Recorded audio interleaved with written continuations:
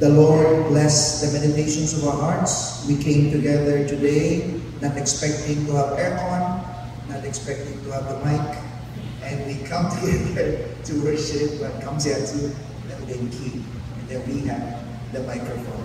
So the Lord bless our desire to worship Him no matter what. Amen. In fact, I was thinking a while ago, if we don't have aircon, we don't have the microphone, then we can at least maybe meet like what the believers did before, no electricity, no aircon, and maybe we can gather in small groups and together, break bread together. That would be wonderful. So, but as it is, today we're going to talk about servanthood, and we have some good chat with Pyongyang a while ago, especially thinking about leadership in our context today. I know because of what happened, although it's a calamity, but of course in our minds we cannot really think, we cannot not think of our leaders and what they're doing for the Philippines, right?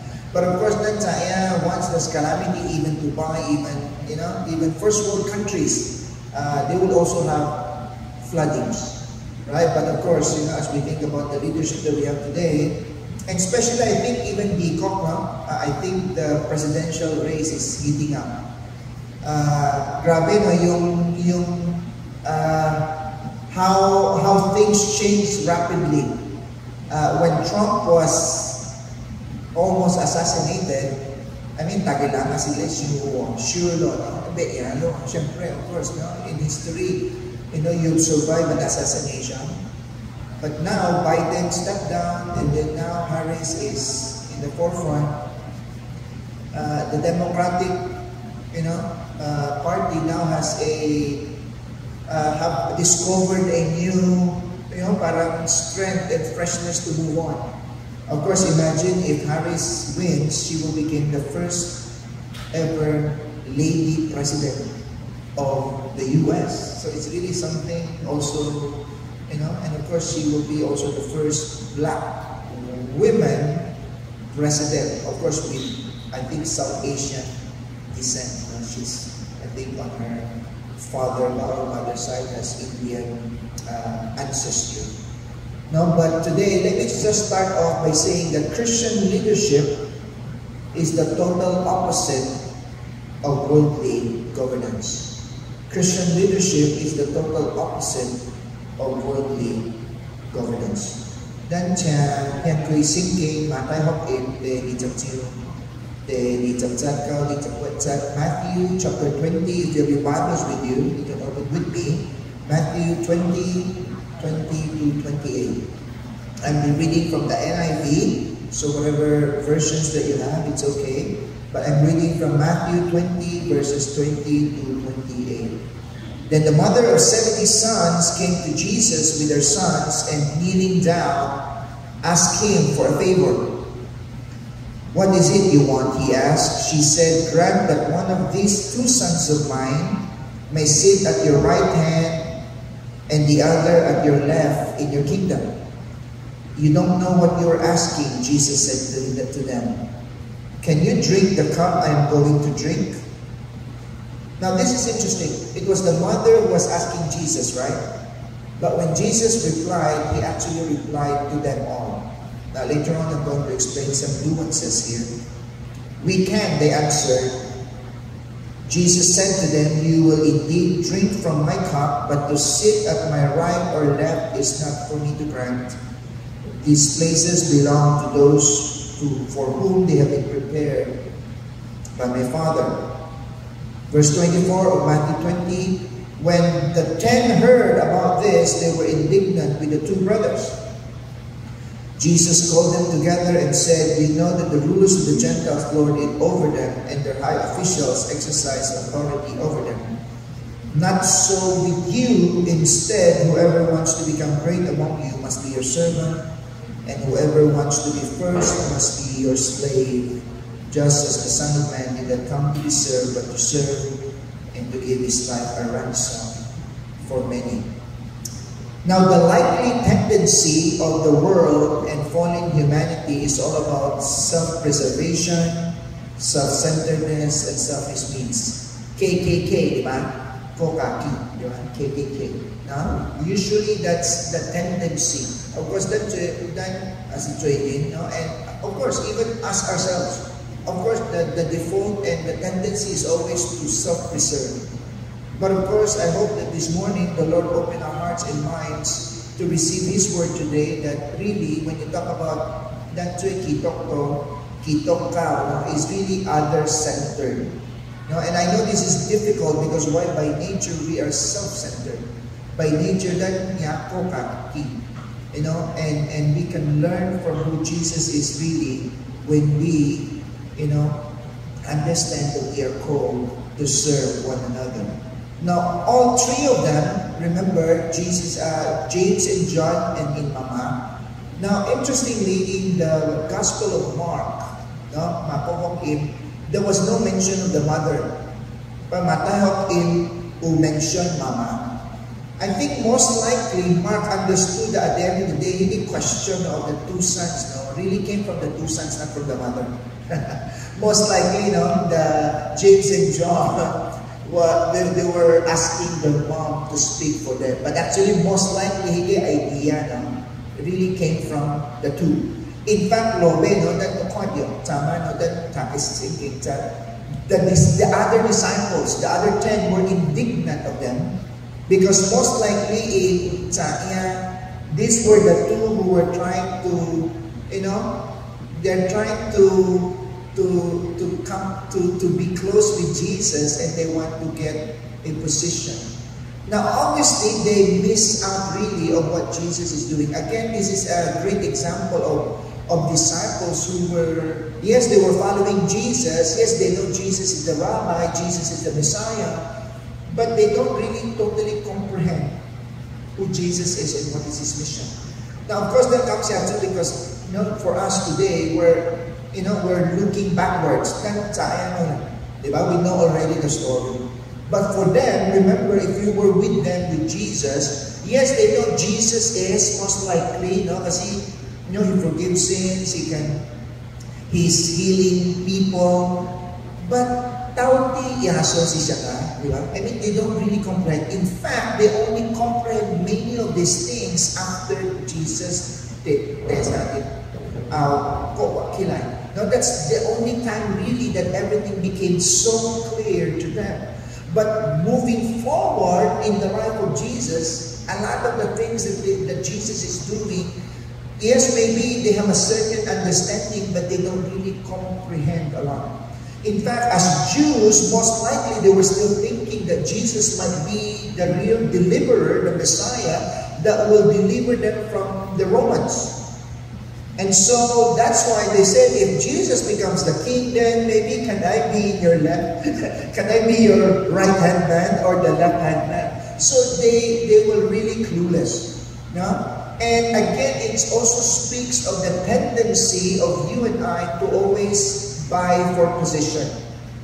Now, of course, we're here in the Philippines. We know how it is. Election time, everyone wants to buy for position because we think that position, of course, gives us the power.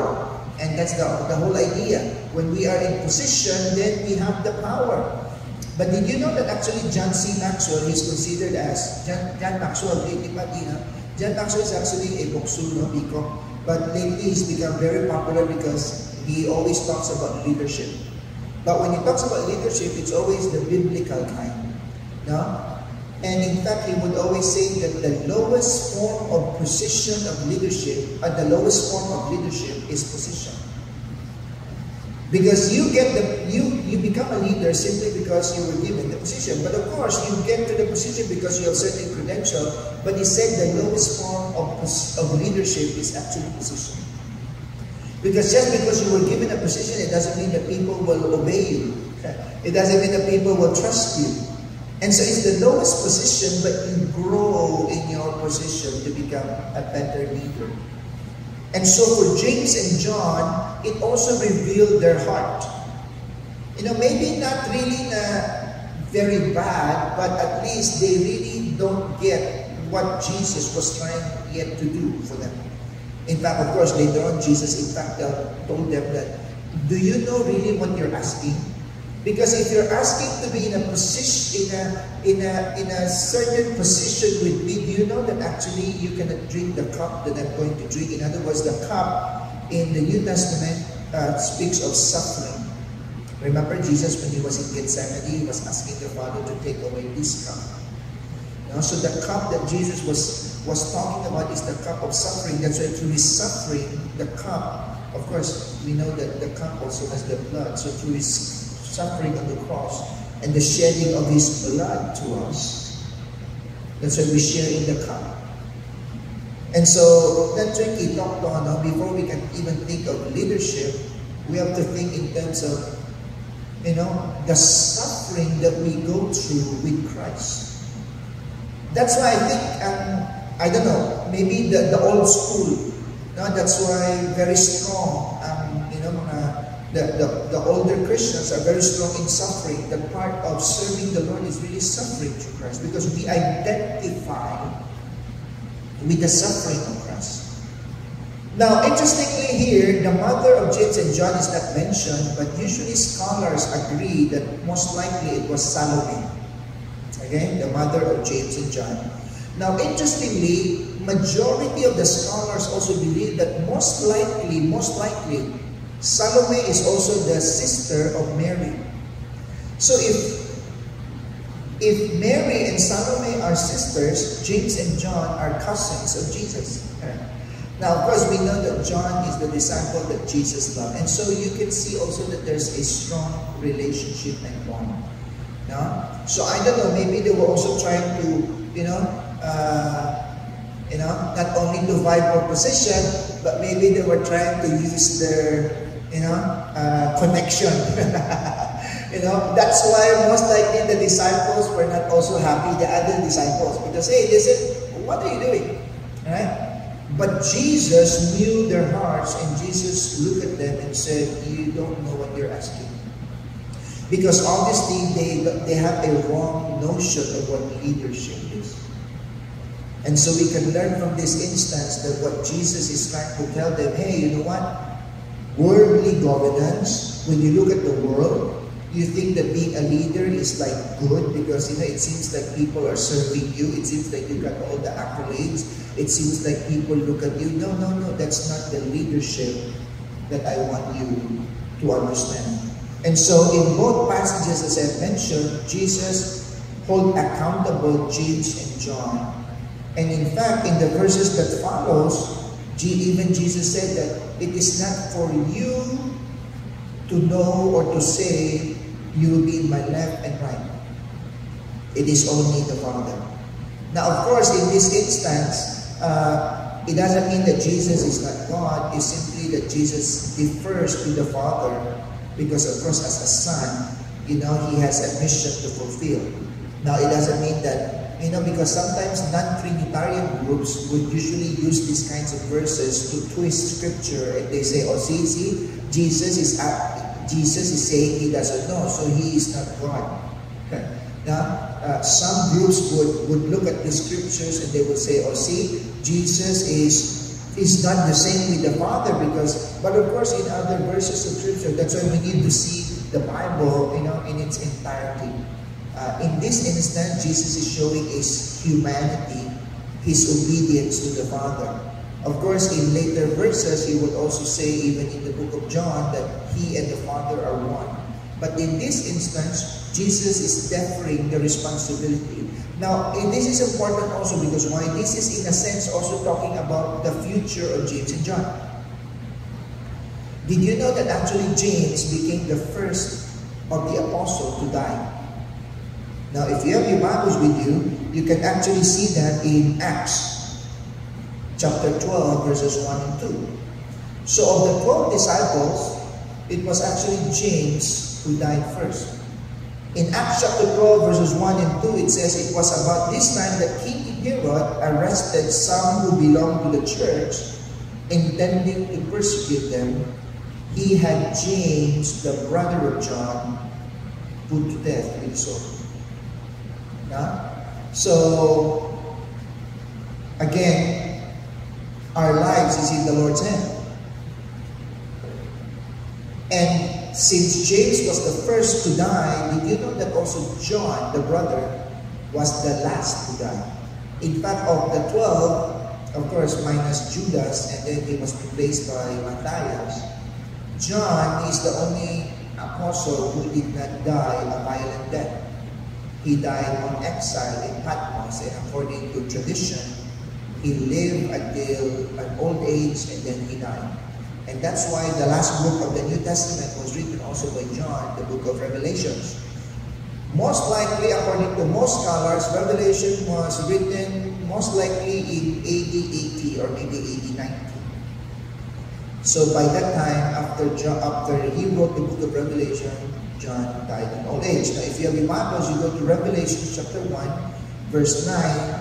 It says that I, John, your brother and companion in the suffering. See? And this is the beauty about the disciples. At first, they don't know what they were saying. But later on, you would understand that now they understand that they are called to suffer. So because before in Matthew 20, they wanted to be in position. But Jesus told them, you don't know what you're asking. But most likely after 50 years, because most likely if Jesus died at AD 30, according to scholars, died, ascended into heaven about AD 30, and then resurrected. John maybe lived to about old age, lived another 50 years. By then, he is already looking back the book of Revelation and he's saying, I, your brother and companion in the suffering. Now he understands his calling.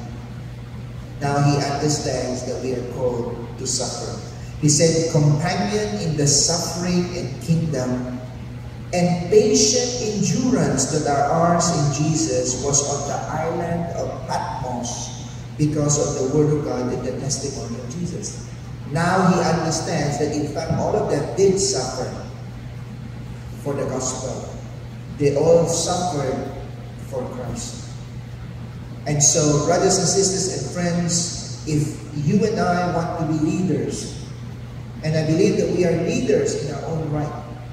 Now, John Maxwell said, leadership is influence, nothing more, nothing less. So if we are influential, then we are leaders. But I believe that even as parents, we are leaders of our home. Yes, as fathers, we are the leaders of our home. Even as maybe if you are a professional or a teacher, you're also a leader. If you are an entrepreneur, you're also an entrepreneur, you're also a leader. And so leadership, really, Jesus is saying is that if you really want to know what leadership is all about, leadership, spiritual leadership is all about suffering like Jesus did. And so servant leadership is mirroring the life of the suffering servant. Because Jesus is the fulfillment of, in the Isaiah passages in the Old Testament, one of the prophecy of the Messiah was that he is a suffering servant. And so how different leadership looks like today. Are we leaders who, are really serving those who are under us? I think that's really the question that we need to answer today. And that's why in Matthew chapter 20, verses 20 to 23, Jesus said to them, you don't know what you are asking, Jesus said to them. Can you drink the cup I am about to drink? And that is why just now, Saint, and then that's really the idea, the cup. And so may the Lord remind all of us again of the suffering of Jesus. And because of his suffering, he shed his blood to all of us. And so how about us? How are we in terms of our service to the Lord? For James and John, they don't know at first, but we thank God, later on in their life, they understood what it really means Now, Jesus said that, He doesn't really know those whom God will appoint. But it is safe to say that in Matthew chapter 25, okay, if you have your Bibles with you, you go to Matthew 25, verse 34, Jesus actually uses the same terminology that He uses in Matthew chapter 20. And so, in a way, this actually helps us understand who will be in position of authority, in the end times, when Jesus comes again. So, Matthew 25:30 says, "Then the king will say to those on his right," remember, James and John wanted to be on the left or the right? So, position. But here in Matthew 25:30, Matthew said, "Then the king will say to those on his right, 'Come, you who are blessed by my Father, take your inheritance, the kingdom prepared for you since the creation of the world.'" And so the position of authority, Eliot's commentary actually said this, "The kingdom is reserved for those who do Christ-like deeds of love, and the highest places in the kingdom must be reserved for those whose love is like His own, alike in its intensity and will." So it seems like even when we talk about going to heaven, there's also rewards. It seems like the Bible is talking also of, certain rewards and certain, maybe, places of position reserved for those who really love Jesus. Amen? No? So, may the Lord continue to bless our hearts as we seek to love Him and to love others, just as Jesus showed His love to all His disciples. Now, George W. Bush, as I was looking at this quote, I cannot help but think of our leaders as well. So that kesyo, let's always pray. As a church, I believe that that's what we are called to do in 2 Timothy. That first of all, prayers and petitions must be made for everyone, especially for princes and kings. So I believe that, let's say, as a church, we are called to pray for people in authority. Now let's pray for our president, let's pray for our senators, for our congressmen. We pray that that they will know the Lord first. That they will really know who Jesus is in their lives. And that hopefully by knowing God in their lives, that they will have a fear of God, that they will have a fear of His commandments. And also a good prayer for them is that God will surround them with godly counsel, with godly people who will give them godly counsel. George W. Bush, the former president of the USA, he once said this, "There is but one just use of power, and it is to serve people." Wow. There is just but one just use of power, and this is to serve the people. Of course, I'm not saying that George Bush is also the perfect president, but hopefully in his life as a president, he has endeavored to do just as what he said. But this is really the calling of each one of us. John C. Maxwell said that the first step to leadership is servanthood. Matthew 20:27 to 28 says, "And whoever wants to be first must be your slave, but just as the Son of Man did not come to be served, but to serve and to give His life as a ransom for many." To be first, dapat and last, first and last. Two opposite extremes. But here, even more than the extreme, first and to be a slave. In the New Testament times, the slave has no rights. The slaves were really the lowest of the low. So Jesus is actually making a shocking statement to the apostles. Now again, this is important. We're not saying that the Bible condones slavery. No, the Bible does not condone slavery. Many times in the Bible, it is Christ writing to what is already in the world. So it's merely taking the metaphor or the symbolism that they see in everyday life. And since slavery was predominant during those times, the apostles and Jesus also took this to to point out a very important lesson. Now, of course, later on in the book of John, we know that Jesus said that I don't call you servants, but now I call you friends. Amen?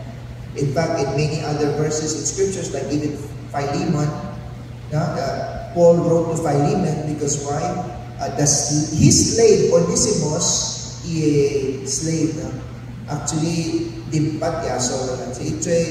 Ito'y kitok tolo. So, Paul was actually reminding Philemon, in the book of Philemon, that he said, hey, your slave is now your brother. Now, so again, this is important. You know why I mentioned this? Because why? Have you heard of the word doulos? Doulos. Di ba, sige ministry, doulos, sige, di ba, the largest bookstore sa ship. I think 2 months ago, they were in Manila. That ship is doulos. And actually, the word doulos sometimes is translated as servant. But actually, the more accurate translation is slave. This is very important because why? In the New Testament, we are actually called slaves of Christ. We are the doulos. Christos. Maybe in some translations they change the word into servants kasi si slaves connotation is quite bad, di ba? Parang slave. But actually it's the right translation. In fact, Paul would use this analogy of whether we like it or not, we are actually either a slave to our passion, slave to sin, but we are now slave to Christ. Now, in fact, if you open your Bible, do you know that this is one of the major definition of the apostles? In fact, Paulo always loved to use this word. Diba? Nowadays, if you want to introduce yourself, if you want to pass CV, who you are, your title, do you know that Paulo, a favorite title, I'm a slave of Christ. Wow. Now, for us today, maybe doctor, maybe whatever title you have, right? But for Paul, his favorite title is slave of Christ. Did you know that even Mary, in her Magnificat, Mary, I remember when he was pregnant with child of Jesus, he was actually saying in Luke chapter 1 verse 38 that she called herself a servant. But actually, hindi yung word slave, no? But actually, if you look at it, no, Mary was calling herself a slave. Jesus, in Philippians chapter 2 verse 7, later on, we'll read that, he also called himself a slave because why? He took on the nature of a servant. I already mentioned Paul. If you look at Romans 1:1, Galatians 1:10, Philippians 1:1, Titus 1:1, Paul said he is a slave. John called himself a slave in Revelations 1:1, or a servant. Peter called himself a slave. James called himself a slave. Now, the James is not the James who died. James and John is the most likely, if they are cousins of Jesus, they're brothers. See, James who wrote the Epistle of James is the half-brother of Jesus. Okay? So, half-brother because why? They're actually brothers, but half-brother because most likely, of course, Mary and Joseph had natural-born children. Of course, Jesus was conceived by the Holy Spirit, but they were brothers. So that's why James also called himself a slave. Jude called himself a slave, another brother of Jesus, and Timothy called himself a slave. Epaphras called himself a slave in Colossians, and all believers, if you go to Acts chapter 2 verse 18, 16 verse 17, a lot of same thing. talks about us being slave for Jesus. When you go to Revelations 15 verse 3, it's interesting that even Moses called himself a servant, a slave. So if there's an apt description of who we are as Christians, we are the doulos of Christ. We are slaves of Christ. And that's why Craig Longsborough, he actually said a beautiful quote, and he said this: the most formidable way to lead is to serve. And while the perplexing oxymoron of such a grinding statement absolutely cripples us, because again, parang oxymoron, no? Leader, service. Diba? Usually we think of leader, we're the one being served. But of course, as leaders, we have to serve. In fact, I believe that the word politics, the real politic, no, maybe in the Greek context, is really serving the people. The problem today with our politics is that parang baliktad, no?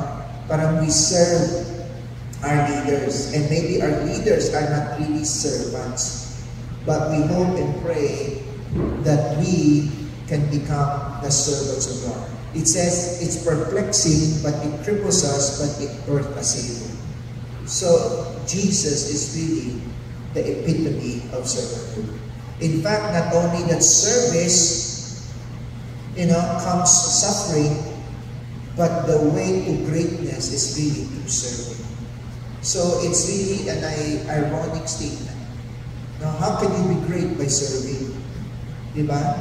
So this is the call of Jesus in our lives. That's why Matthew 20 verse 28 says, just as the Son of Man did not come to be served, but to serve and to give His life as a ransom for many. Jesus came not to be served, but to serve. Now, the title Son of Man, it's interesting when you read the Gospel, the title Son of Man is the title Jesus Himself used for Himself. So He would say the Son of Man, referring to Himself. This is actually a messianic title from the book of Daniel. That's why when Jesus claims this, the Son of Man is really a divine figure coming from heaven.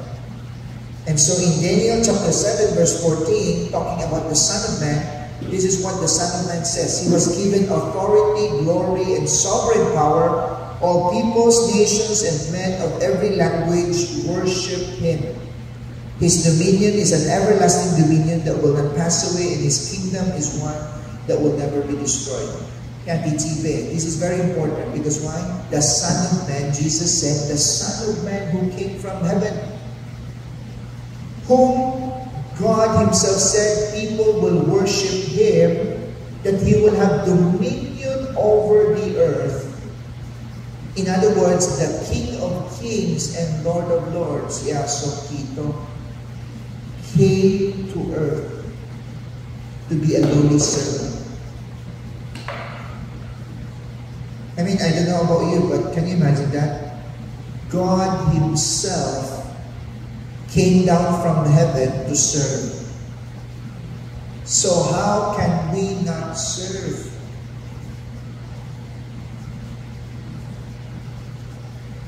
In fact, in John chapter 13, verses 15 to 17, if you recall, remember the very last act of Jesus before He was crucified.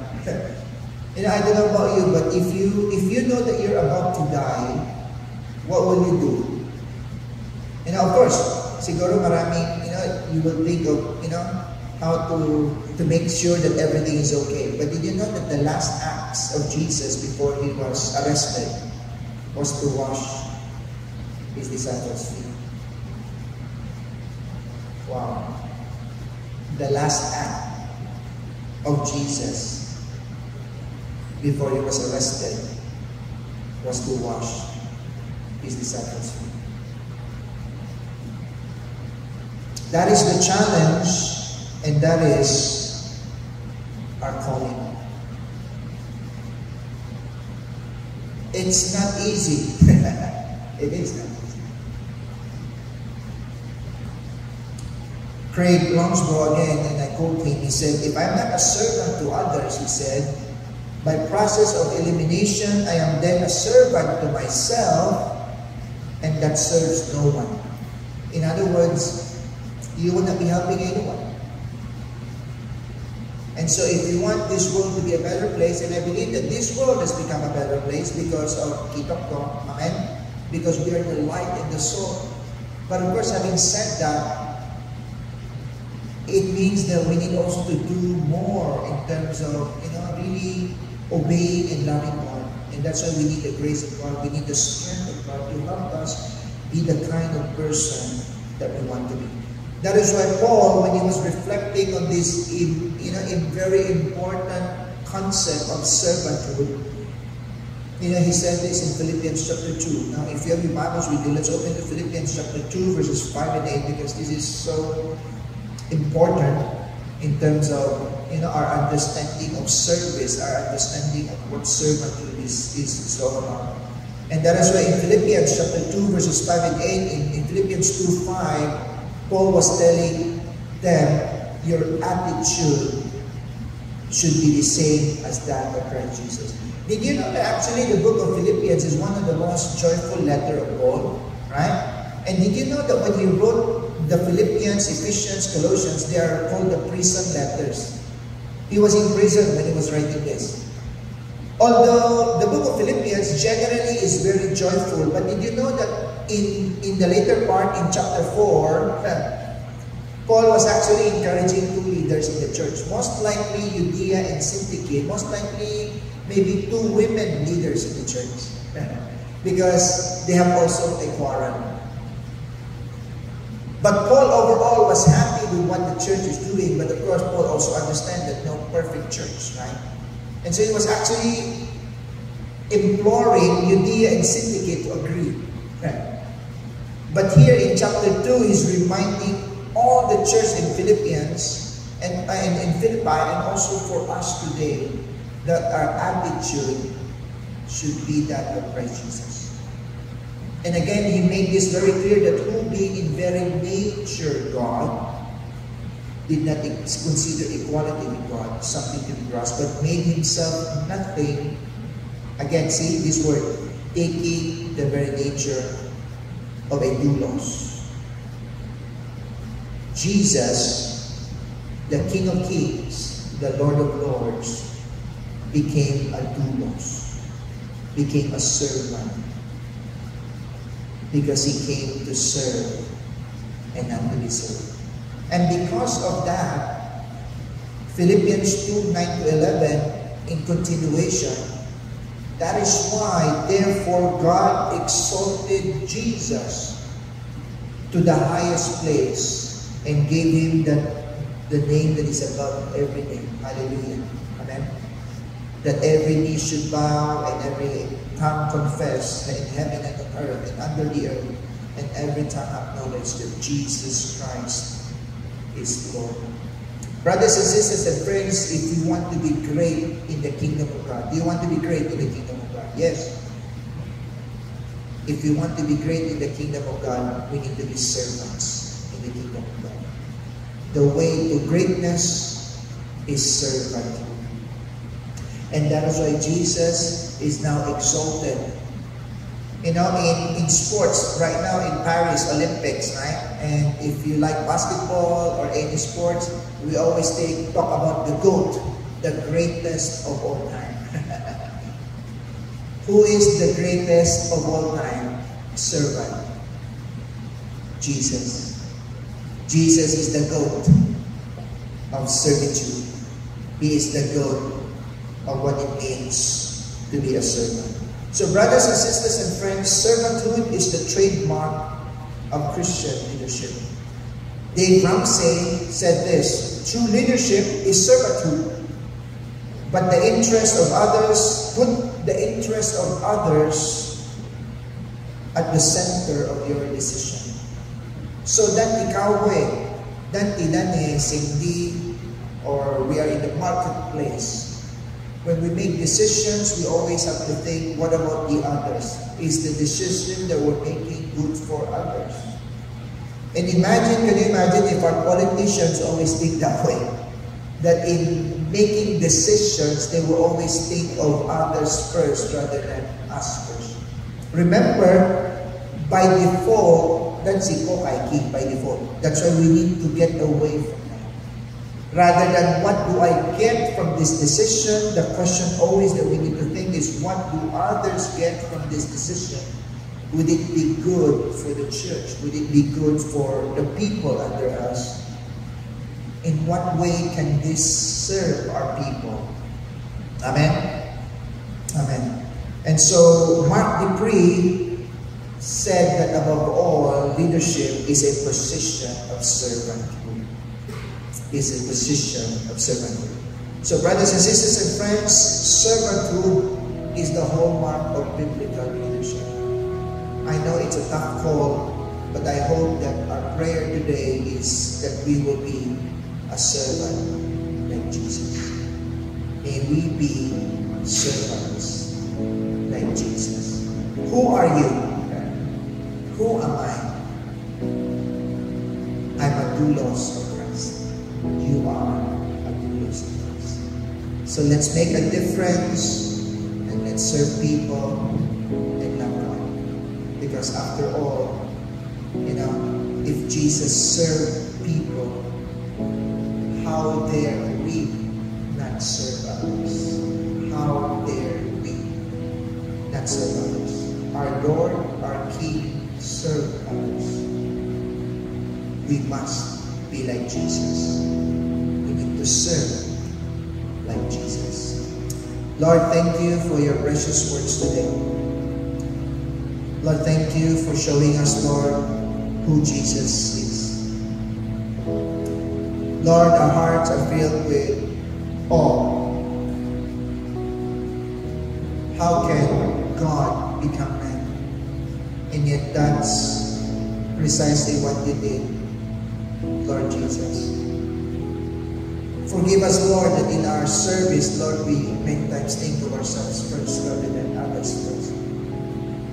Father, thank you for showing us, Lord, what servanthood and what servant leadership is about. Lord, may you bless the meditations of our hearts. Lord, we are weak. Many times, Lord, we fail.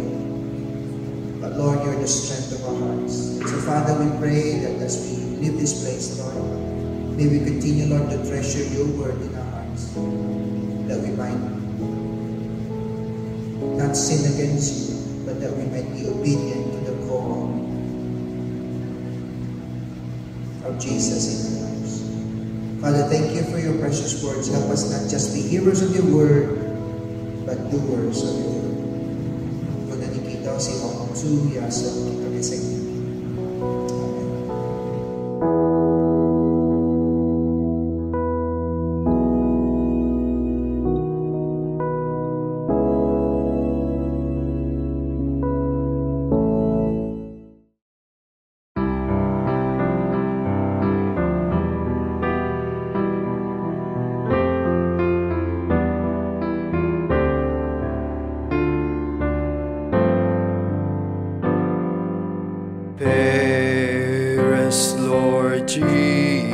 Jesus, ruler of all nature, O thou of God and man, the Son,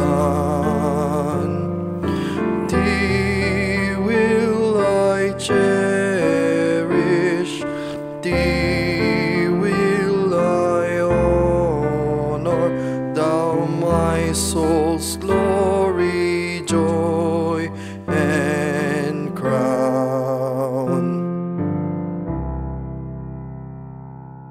Fair are the meadows, fair still the woodlands, robe in the blooming garb of spring.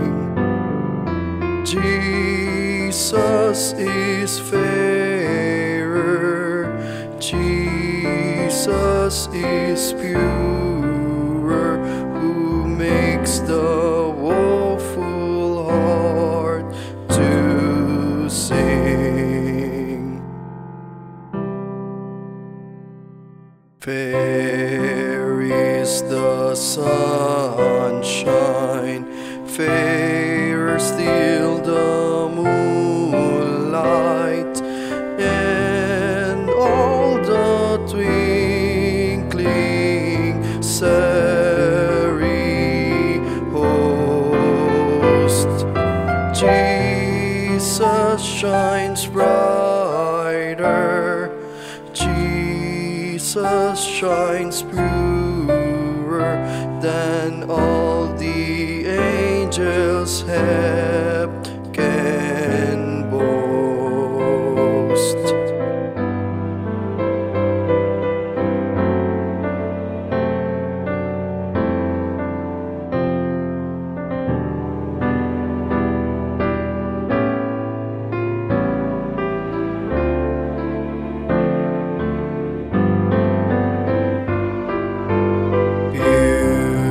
Beautiful Savior, Lord of the nations, Son of God and Son of Man, glory and honor, praise, adoration